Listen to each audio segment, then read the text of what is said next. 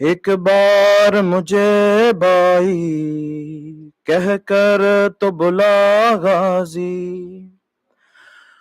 بچپن میں تیرا جھولا ہاتھوں سے جھلایا تھا، ہاتھوں کو تیرے لے کر چلنا بھی سکھایا تھا، اب ان ہاتھوں سے میں کس طرح اٹھاؤں گا بن بازو یہ لاش تیری، فریاد سنو میری، ایک بار مجھے بائی کہہ کر تو بلا غازی،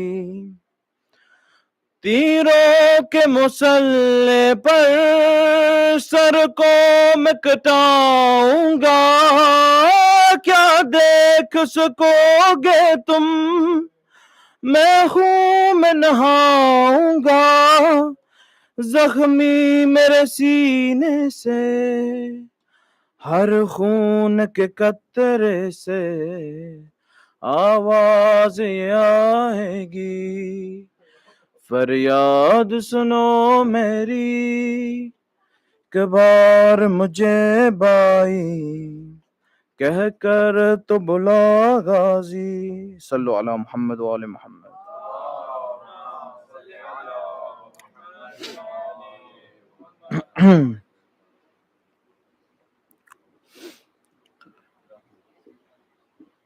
اعوذ باللہ السمیع العلیم من الشیطان اللعین الرجیم،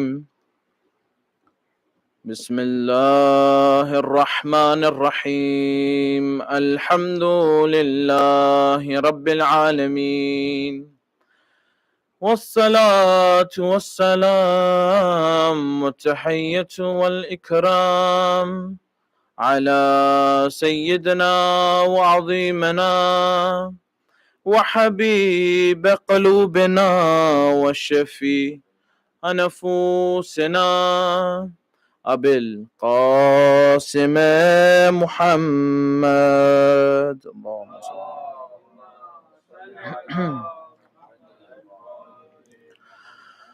وأهل بيت الطيبين الطاهرين المعصومين الصادقين المظلومين المنتجبين المنتخبين الذين أذهب اللهم الرجس وطهرهم تطهيرا،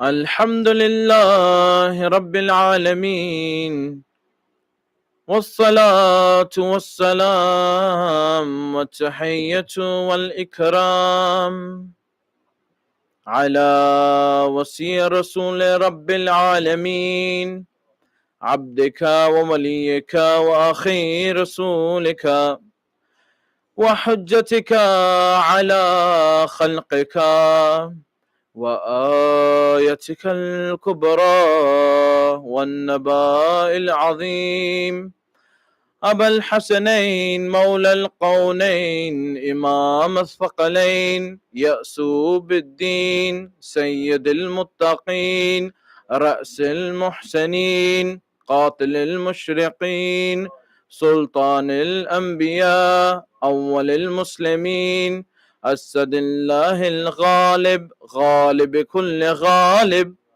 مظهر العجائب علي بن أبي طالب،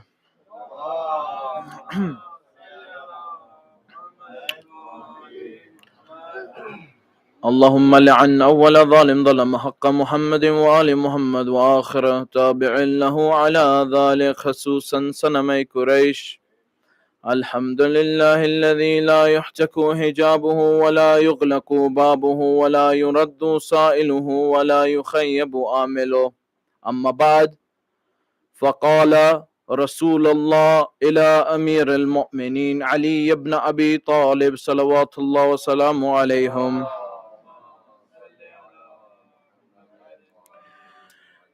إن هذه الأمة ستغذر بك من بعدي. صلوا على محمد وآل محمد.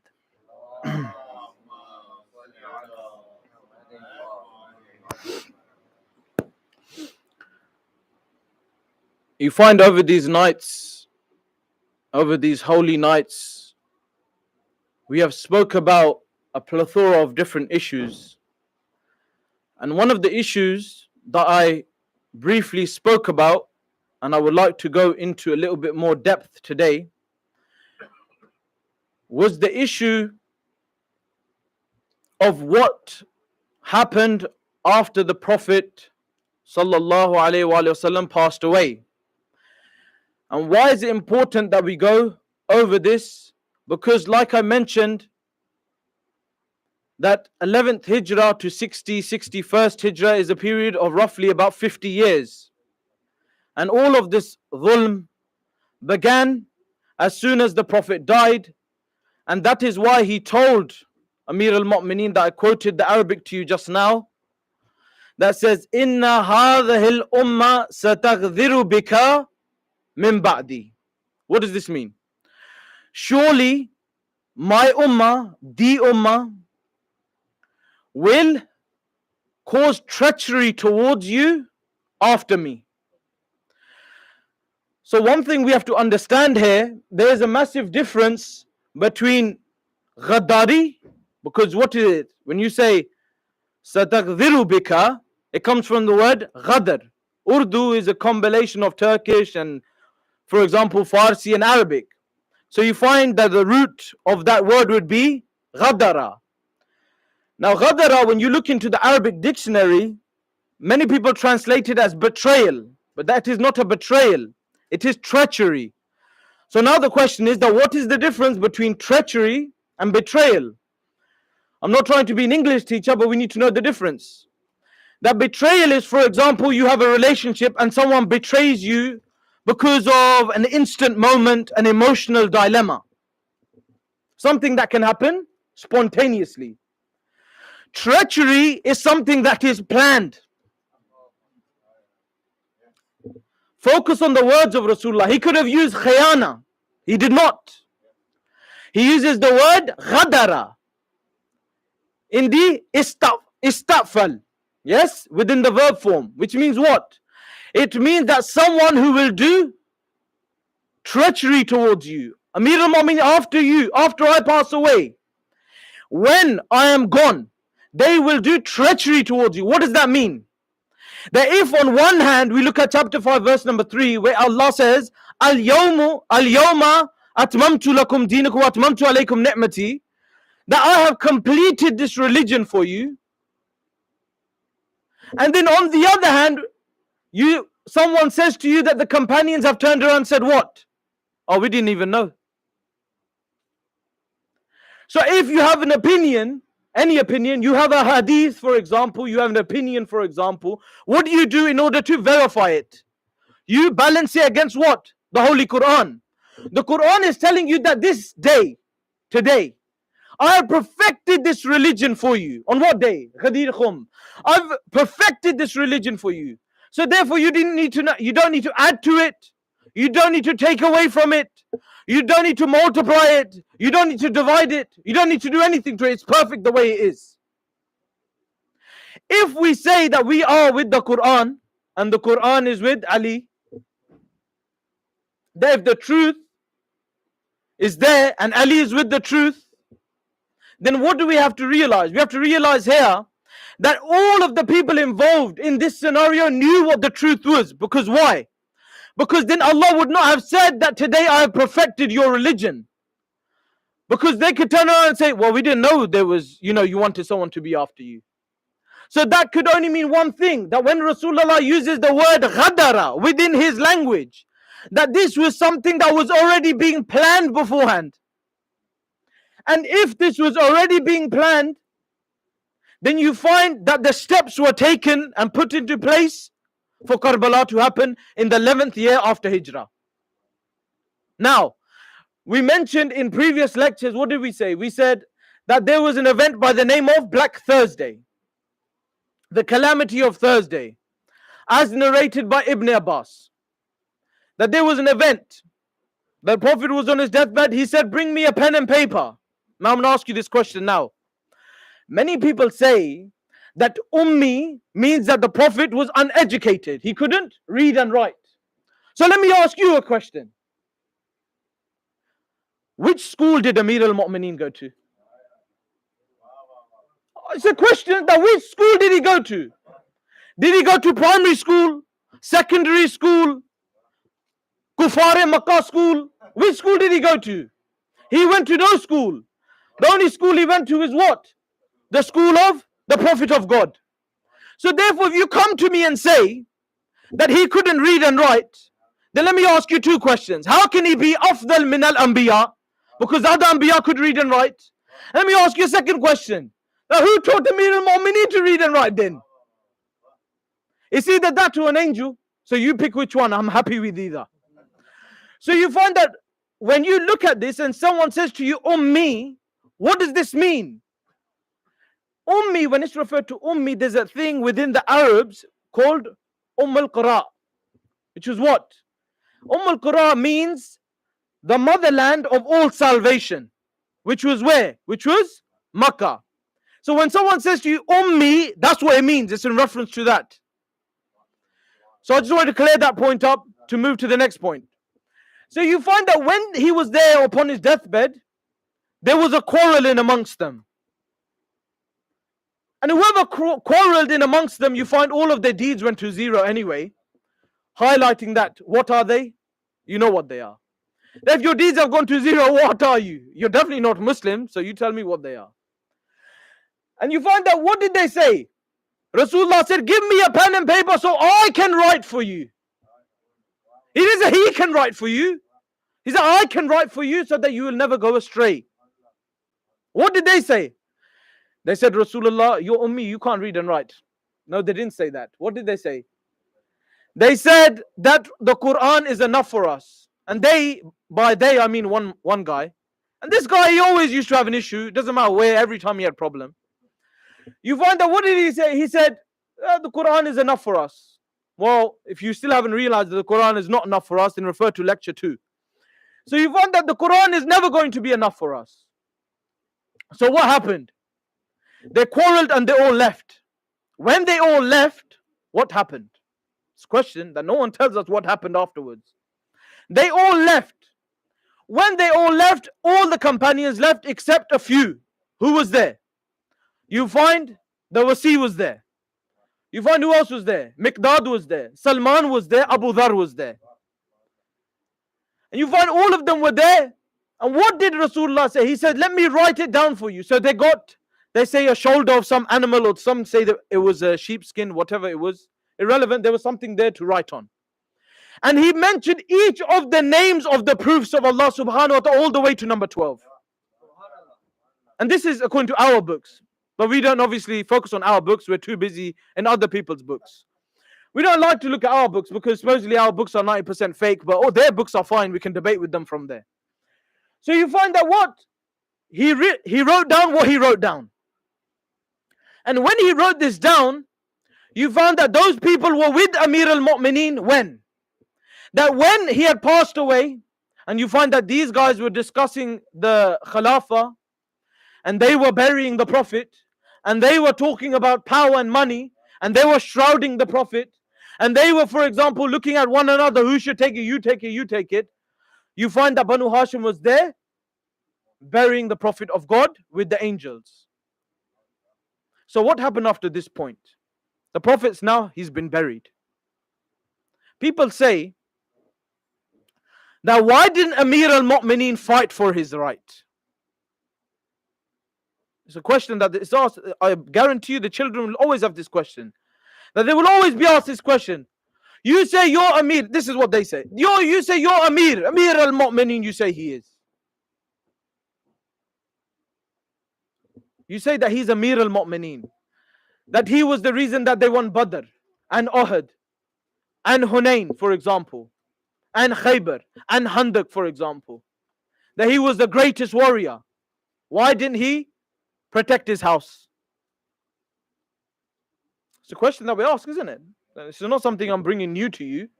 It's a question that we ask, and even the Shia ask us the same question. That why didn't he do anything? Now, when we delve into such a topic, I need to put a caveat before I go into the topic. It's a very important point what I'm about to make. So please pay attention. The point is this. That if someone asks you this question, ask them, what is your Aqidah? So, Muhammad, what do you mean? Let me explain to you. The ijma of Ahl al-Sunnah is what? Anyone who is the Khalifa of his time, you have to do his ata'ah. You have to do his bay'ah. You have to do the oath of allegiance to him. You have to worship him like he's your Lord. They don't say that. That's just me adding addition. So you find that what? They say that you need to focus on him, follow him. Everything that he does, you have to accept it. Now, am I saying that the majority of the Sunni populace will know this? No, they will not. If you go out and ask, for example, a lay Sunni, for example, who has no information about this, he won't be able to answer you, and neither will he be able to tell you his beliefs. That's just a fact. But I'm talking about the educated ones. They will tell you that you have to follow him. What about if he's a fasik? You have to follow him. If he's a munafiq, you have to follow him. If he even does kufr, you have to follow him. If he beats you up in your house, you have to follow him. That, for example, when you look at the works of Minhaj al-Sunnah, for example, you look at the works of any of the Sunni scholars, majority of them, for example, Ahmed ibn Hanbal, what does he say? He says that if the Khalifa of the time does zulm upon you, you have to accept him and you have to pray for his forgiveness. That if he's beating you up with a stick, you have to ask for his forgiveness. Say, no problem. So you find that Ibn Taymiyyah says what on this issue? Someone asked him about what happened in Medina. He says, yes, what happened in Medina was very bad. But Yazid is your Khalifa, so therefore you have to follow him. Therefore we cannot say anything. And we have to ask for his forgiveness. But that's the opinion. So, why am I telling you this? You're probably wondering, why are you wasting my time with this narrative? It's a very important narrative. That if, for example, someone from that school asks you this question, that why did not Ali, for example, go and protect his wife? Why did he not protect his house? Say, brother, this is your Aqidah. How can you ask us and ask him that why didn't he do it when you believe that anyone who is the Khalifa of your time, you cannot go against him? That anyone, if you go against the Khalifa of your time, you are kafir, munafiq, you're going to burn in hell. That's your belief. So why are you asking me why he did not do such a thing? According to you, he done the right thing. That's the first point. Now, let's move on to the important point. Our school of thought. So you find that what does our school say? Our school says, from a plethora of different hadith, the Amir al-Mu'mineen done a lot. So what did he do? He took the Lady of Light, he took the Hassanain upon a mule, upon a horse. Different narrations say different things. Anyway, took him on a savari, on a mode of transport. And he went to the Muhajireen's house and the Ansar's house, each of them. And he told them the faza'il of each of them. And 44 of them said, we'll join you. Some say 44, some say 60. Irrelevant. Let's just say 44. Let's say 50. It doesn't really matter. And you find that what happened is they said, tomorrow, we'll see you tomorrow. Don't worry, we're with you. Don't worry. Remember, Ghadr. Remember, Ghadr, treachery. We'll join you tomorrow. Don't worry. So the Imam said, when you come, make sure you shave your hair.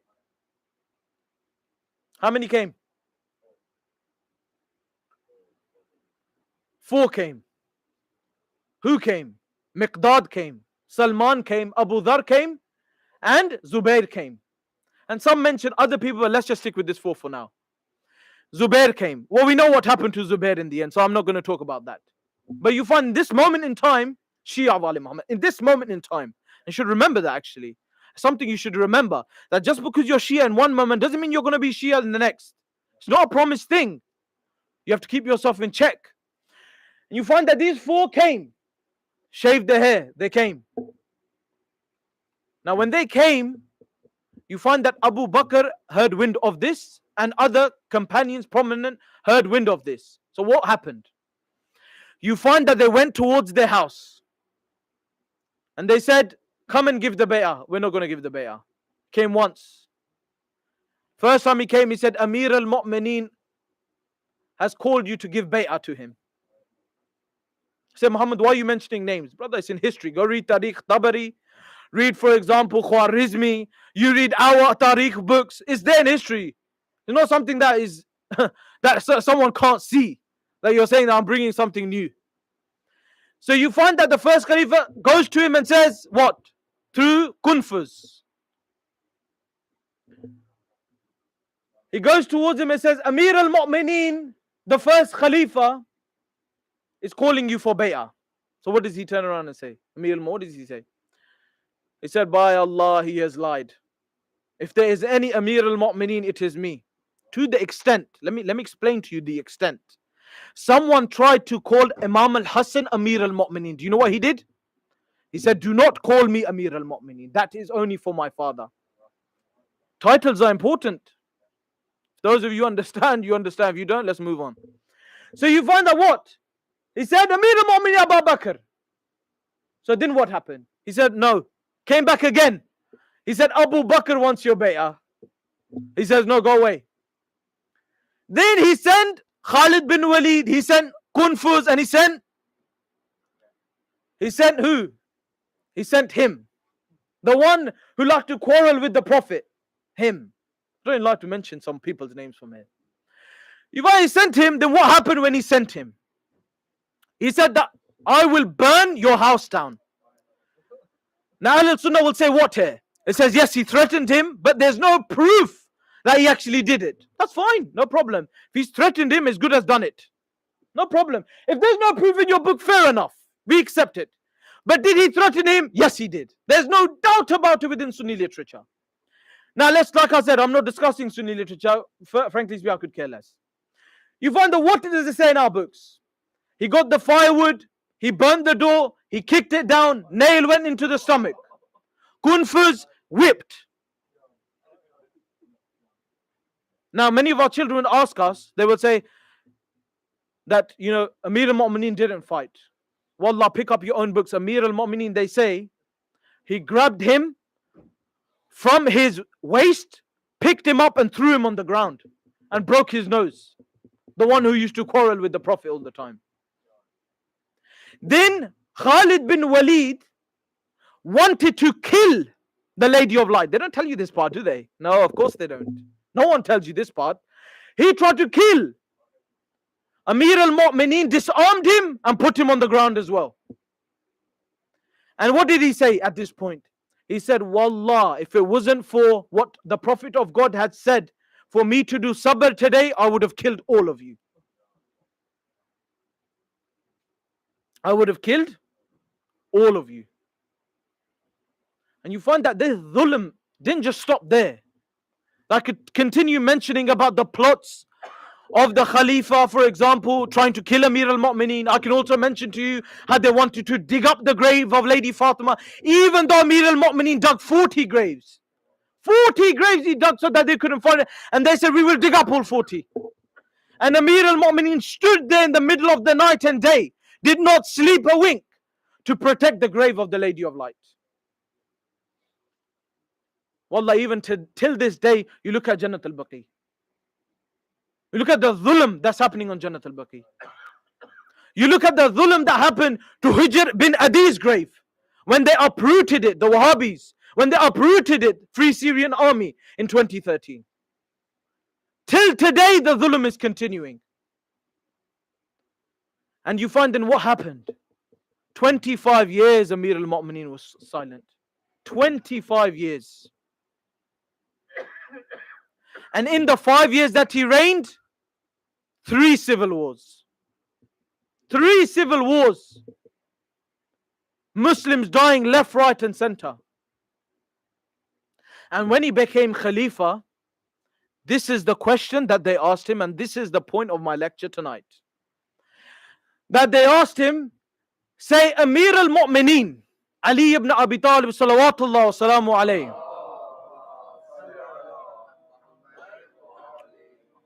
They asked him this question: why did you not fight when the first and the second and the third Khalifa took your property, took fadak from you, hit your spouse? Why did you not fight? Why is it now you fight? That why do you fight Talha and Zubair? Why do you fight al-Mu'mineen? Why do you fight them now? Why did you not fight back then? And rather than here giving you opinions of what happened and the reasons to why, I'm going to let Amir al-Mu'mineen do the talking in his ahadith. Amir al-Mu'mineen makes it very clear that he says, for me there is the sunnah of the Prophet as an example with regard to what I do. Allah Mighty and Majestic says in his holy book, certain you have an excellent example within the Rusul, within the Prophet and the Prophets. And they said, who are these that you speak about, Amir al-Mu'mineen? He says, the first of them is Ibrahim, when he said to his people, and I will withdraw from you and what you call on besides Allah. So if you all are saying that Ibrahim withdrew from his people without anything abhorrent happening to him, then you have all done kufr.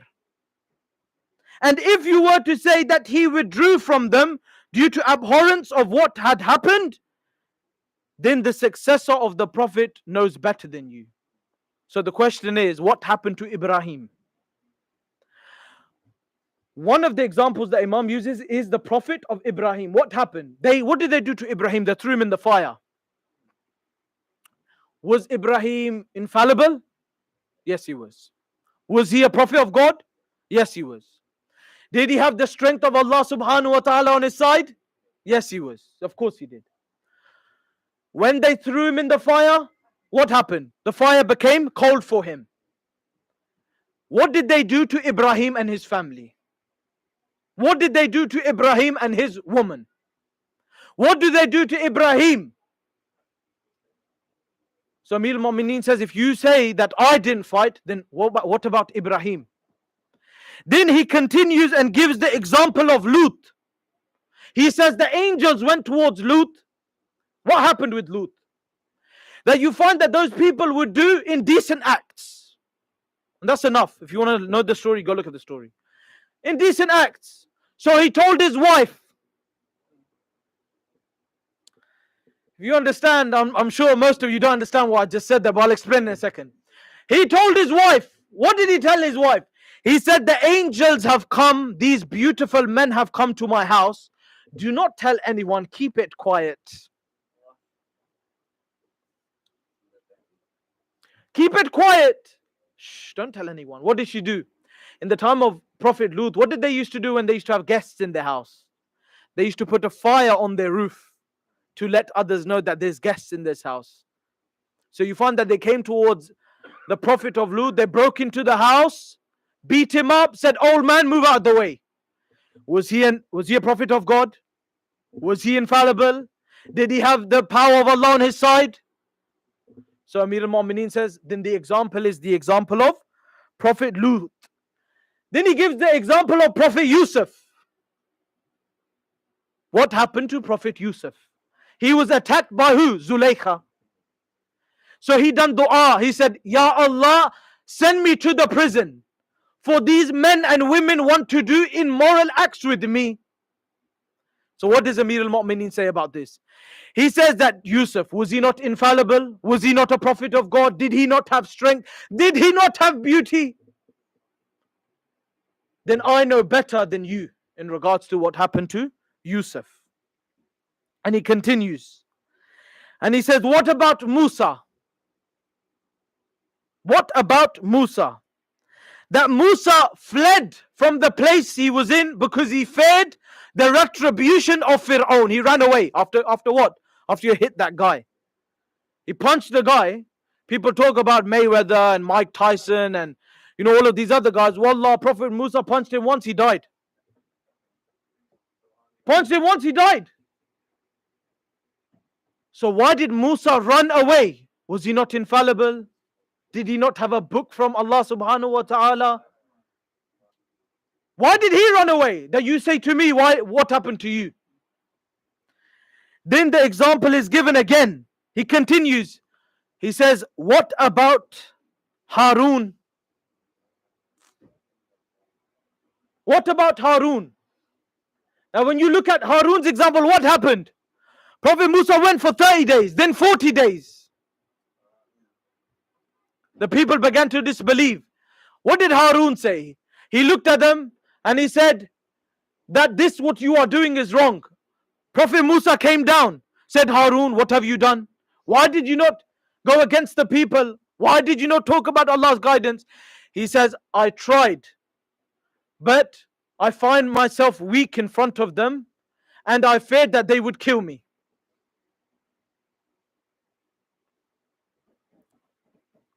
You find that this is another example. And what is the final example that I want to give you? Astaghfirullah. What Amir al-Mu'mineen wants to give you. The final example that Amir al-Mu'mineen gives to the people of Kufa when they asked him this question is this.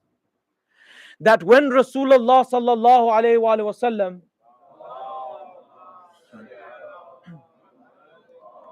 when the Prophet of God wanted me to lay on his bed, and Allah revealed the verse in chapter 2 verse 207, وَمِنَ النَّاسِ مَن يَشْرِي نَفْسَهُ ابْتِغَاءَ مَرْضَاتِ اللَّهِ وَاللَّهُ رَءُوفٌ بِالْعِبَادِ. That from amongst men there are those who sell their soul for the pleasure of Allah subhanahu wa ta'ala. That when Prophet of God feared that what? That they would kill him, Allah subhanahu wa ta'ala told him, do not fear my Nabi, for I have sent you Ali. I have sent you Ali. So Nabi goes towards Ali and says to Ali, oh Ali, tonight will you sleep in my bed? And what does the Imam say? And this is the difference between the prophets and Amir al-Mu'mineen. You find that there are certain prophets that said, you will find me of the patient ones. You will find me of the patient ones. When Ibrahim went towards Ismail, wanted to remove his head because he saw it in a dream. And he said that you will find me of the patient ones. Amir al-Mu'mineen, what did he say? He said that, oh Nabi, will you be safe? He says, yes, I will. He says, then I will gladly sleep in your bed. And when they asked Amir al-Mu'mineen about this, what did Amir al-Mu'mineen say? He says, Wallah, I have never slept that good in my life.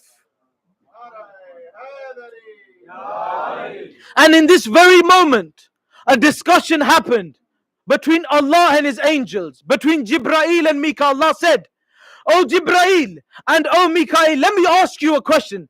Which of you will be sacrificed for the other so that you can worship me more? Jibreel began to say, sacrifice him. Mikael said, you sacrifice him. I want to live longer. And he goes, this is the difference between you and Ali. For he is going to sacrifice his life for the extension of Nabi. Go and protect him.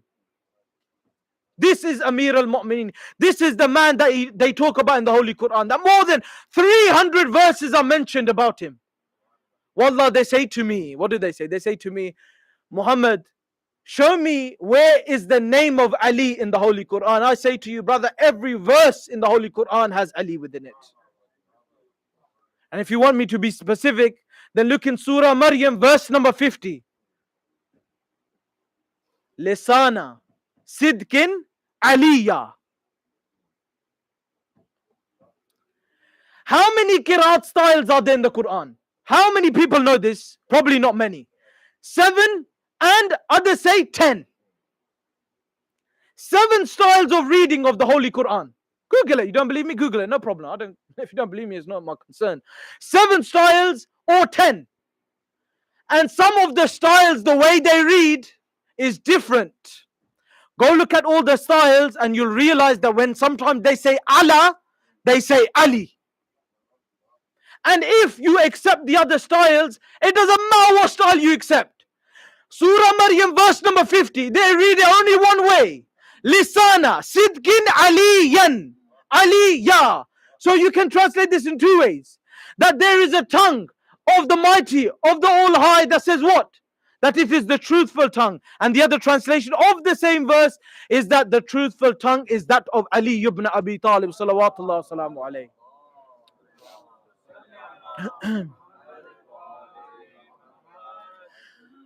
And then you realize that when Amir al-Mu'mineen came upon his deathbed, after all of the dhulm that he saw throughout his life, all of the zulm that he saw, all of the Muslims that had been killed, you find when he came towards his deathbed, they say that Lady Zainab put three things in front of Amir al-Mu'mineen. And Amir al-Mu'mineen said, he said, when have you known me to eat more than two things at one sitting? For I want to return to my Lord with a light stomach. So Amir al-Mu'mineen went towards the mihrab. He went towards the masjid. And when he went towards the masjid, you find that he sat in his area of prayer and he awaited. Brothers, let me ask you a question. That before we delve into Masahib, I want to ask each and every one of you a question. That when Amir al-Mu'mineen told Maytham al-Tammar that you will die at that particular tree, what did he do? He watered that tree and he said, that tree, you are from me and I am from you. Amir al-Mu'mineen sat there upon his death, upon the mihrab of the masjid. He sat there, awaiting what he knew was going to happen. And yet it was the will of Allah and he accepted it. And they say that he was struck in such a way that when they put a yellow band on his forehead to hold everything in place, they say that his face color went so yellow that they couldn't tell from the band of the forehead, the yellow band, and his face. It was that yellow. And you find upon his deathbed, he put everyone's hand in the hand of Imam al-Hassan.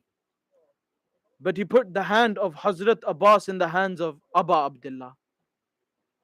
And this Hazrat Abbas is the one we mourn tonight. And this Hazrat Abbas saw many a thing. And I remember that within the ahadith it says that Abul Fadl al-Abbas one day, Abu Abdullah asked him for some water and he tripped over and Amir al-Mu'mineen began to cry. Amir al-Mu'mineen, why do you cry? Why do you cry? He says, because a day will come when Abbas, that they will ask you for water and you will not be able to deliver.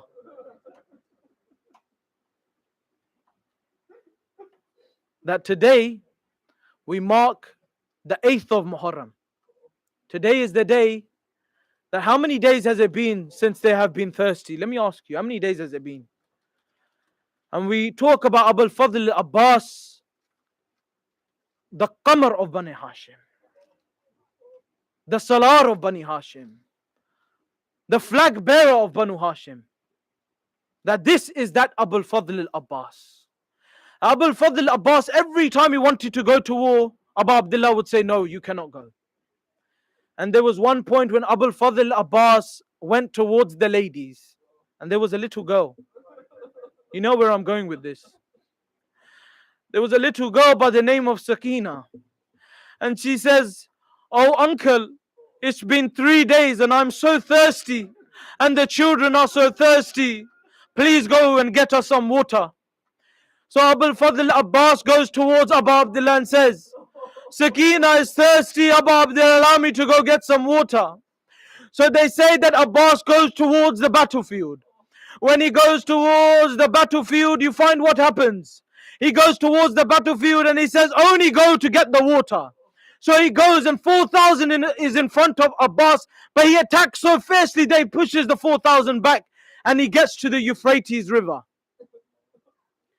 He gets to the Euphrates River and he begins to cry. He says, this water is cold, but how can Abbas drink this water? For your Imam is there thirsty and Sakina is there thirsty. So he puts the water in the water skin. He puts it in the area of water and he begins to carry it with his right hand.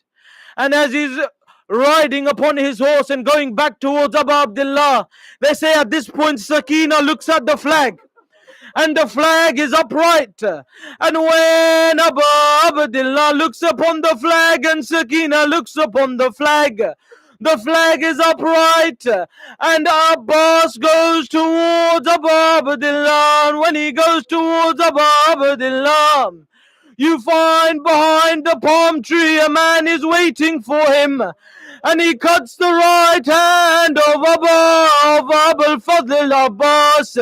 And when he cuts the right hand of Abbas, he puts the water skin in his left hand and says, "This right hand is sacrificed for the Imam."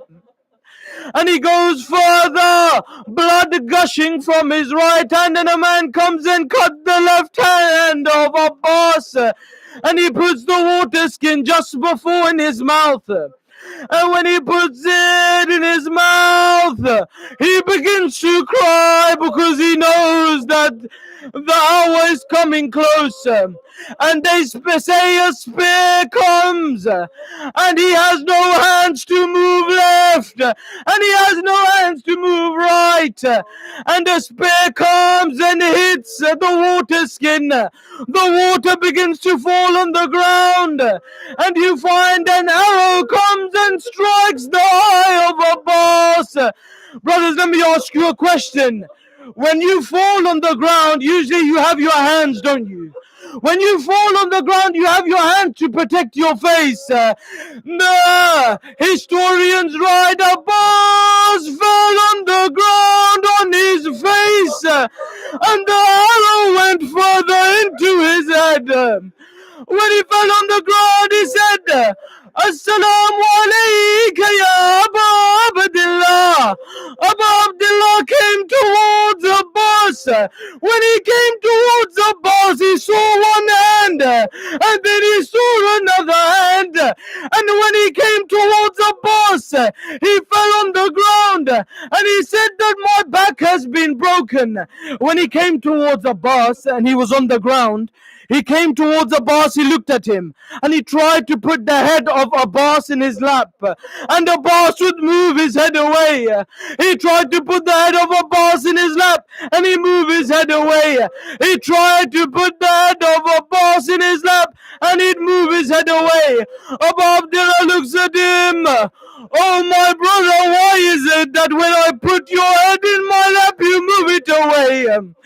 Abu Abdullah looks at him, and Abbas looks at him, and Abbas says, "How can it be that my head is in your lap? In a few moments your head will be on the lap of Shimr, and he will be striking you with a blunt blade 12 times." And when this occurred, you find that Abbas looked at Abu Abdullah, and he said, "Abu Abdullah, let me do your ziyarah one more time, please. Let me do your ziyarah." He says, "Do your ziyarah then." He says, "But Abu Abdullah, I have blood in one eye, and in the other eye there is an arrow. Please wipe with your blood the blood from my eye." And he looked at Abu Abdullah, and Abu Abdullah said to him, "All your life you have called me Mawla and Aka and Imam. I want you in this moment to call me brother. Call me brother, please call me brother before you leave me." He looks towards Medina and says, "Oh my mother, Fatima, oh my mother, al-Banin, I ask your forgiveness, for I promise you I would never call him brother. But he is the Imam of my time." He begins to cry, and he says, "Ya Akhi, Abu Abdullah. Inna lillah wa inna ilayhi raji'un. رضا بقضائه وتسليما لأمره. أعظم الله جورنا وجوركم بمصابنا بالحسين عليه السلام.